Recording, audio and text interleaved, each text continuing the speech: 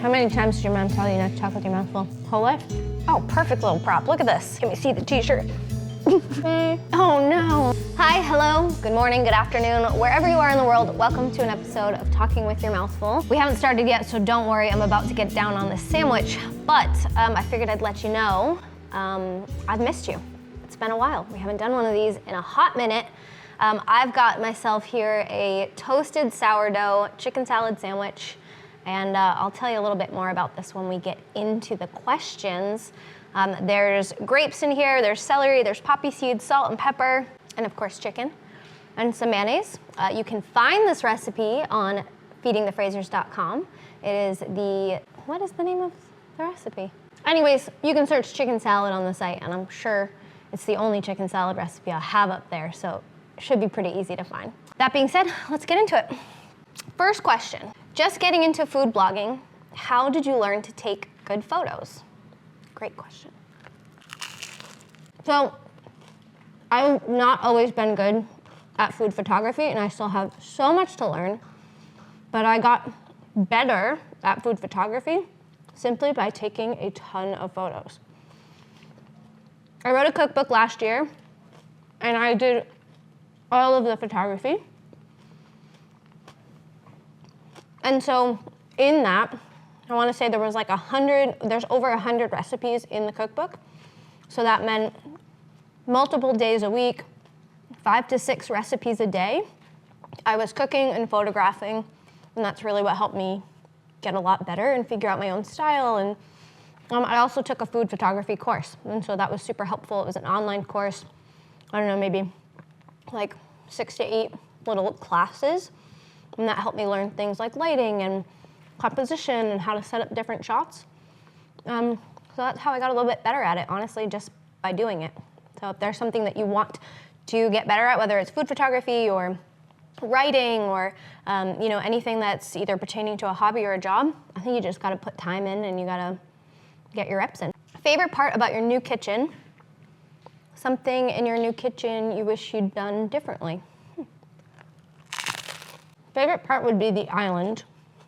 It's like a 4-foot by 8-foot island. Nice and big. Something I wish I'd done differently.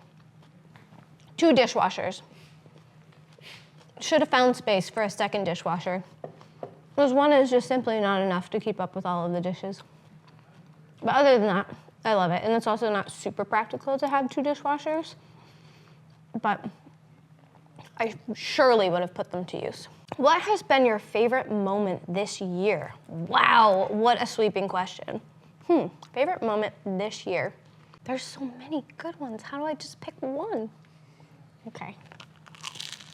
Favorite moment this year has been moving home. We've been gone for a little over 4 years. So that was my favorite. Moving is the worst. It's so stressful. It takes forever. It's a lot of hard work, but it was so worth it, and it was so enjoyable knowing that we were getting to come home and be with our family and our friends and just settle into where we want to be for the rest of our lives. So that was definitely the favorite moment of this year. Yeah, very, very crunchy sandwich. I think I over toasted it. I'm getting little cuts on the roof of my mouth. When are we getting more Sammy content? Right now. Welcome to it. Hope you guys enjoy. Most popular food that you make when you have guests. This chicken salad is on rotation. If we're having any more than 4 people over at the house, I'm making this chicken salad because it's super easy to make, feeds a huge crowd, it keeps really well day to day, and so it just makes it super easy when we have guests. Some other recipes that are super helpful for guests. Morning breakfast, I'll do some sort of frittata, whether that's with like breakfast sausage or bacon, a bunch of veggies. Maybe I cooked some veggies the night before for dinner, and I'll toss it in there, bake it. Feeds a crowd, easy to prepare. So then you've got your chicken salad for lunch, and then for dinners, I'll do something like the chicken and rice enchilada bake. Easy to make, makes a huge pile of food, and it's also just easy to serve. It's a 1-pot dish. If you have a lot of people, you can transfer it to like a huge baking dish if that makes it easier. And then that way, everyone can go up and essentially just serve themselves, or you can put it on the table and family style have dinner. So yeah, those would be my 3. A frittata, chicken salad for lunch, and then chicken and rice enchilada bake for dinner. Absolute most essential kitchenware item. Man, I use so many things daily. What do you think about that one? I'd have to say good knives. Good knives are super important. Make such a difference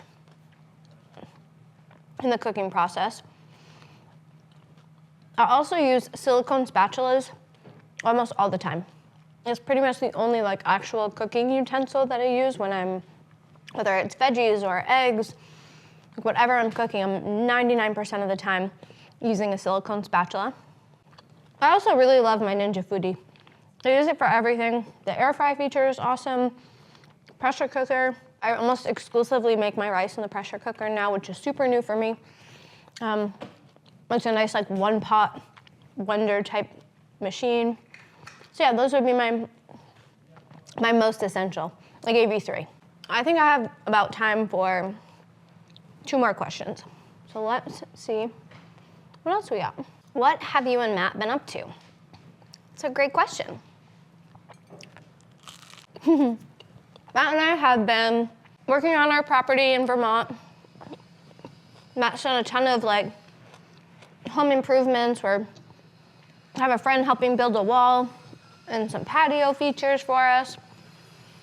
We've been working on HWPO training, coming out with new tracks, always trying to improve on the content that we deliver. We've been traveling a little bit. It's been a busy year. It's wild that, I had a little photo reminder pop up on my phone of a year ago today. And this was maybe 2 weeks ago. And it was a photo from after the games last year, which is so crazy because of all of the delays. The games actually happened in October. And so it was a photo of us on vacation after the games last year. And it was oh my gosh, I can't believe this was a year ago. It feels like years ago. So a lot has happened this year, but yeah, we've been keeping pretty busy. And for the most part, you guys can follow along on social, follow along on YouTube. We try to keep that stuff up to date and share as much as we can. But yeah, we've been busy little bees. What has been a revelation you've had since being your own boss? Lots of revelations. I think one thing that I have learned is I thrive on a schedule. I do really great with lists. And so just as you would have if you were supposed to be showing up for a job every day, I try to be pretty strict about these are my working hours, these are my off hours. Thankfully, I have flexibility to kind of work through and adjust as the day goes. But I try to be pretty good about working for the weekend, enjoying time with friends, and taking time off because more often than not, I end up working more than I would if I was just clocking in and out at a job. I think the other thing that I've learned is to give myself a little grace and know that I am doing a lot and that I can't do it all. And then that's okay. And I think just keeping on top of, continually asking yourself what are priorities right now and what is the most important thing and really just trying to stay on top of it that way is helpful when you don't have someone else telling you and prioritizing your work. It's just something that you have to go back to all the time. Make sure that you're on task and that you're, allowing yourself a little bit of time to reflect on the stuff that you've gotten done and reprioritize yourself to make sure that you're getting, seeing for the future. That's all the time we have today, my friends. I'm gonna take this last bite and say la vie. Thank you so much for joining. I hope you enjoyed. Hopefully we will do so many more of these. Talking with your mouth full, man. We might have to do a Talking with Your Mouth Full cookbook edition. If you guys didn't know, I wrote a cookbook last year. It's available for pre-order right now, and it publishes on January 25th. I bit my cheek now. In all the excitement, I bit my cheek. But book publishes on January 25th. If you haven't yet pre-ordered, head on over to the link in my bio get yourself a copy of this book. I am so proud of it and so excited to share it with you. I appreciate you all and hope you have a great day. Bye.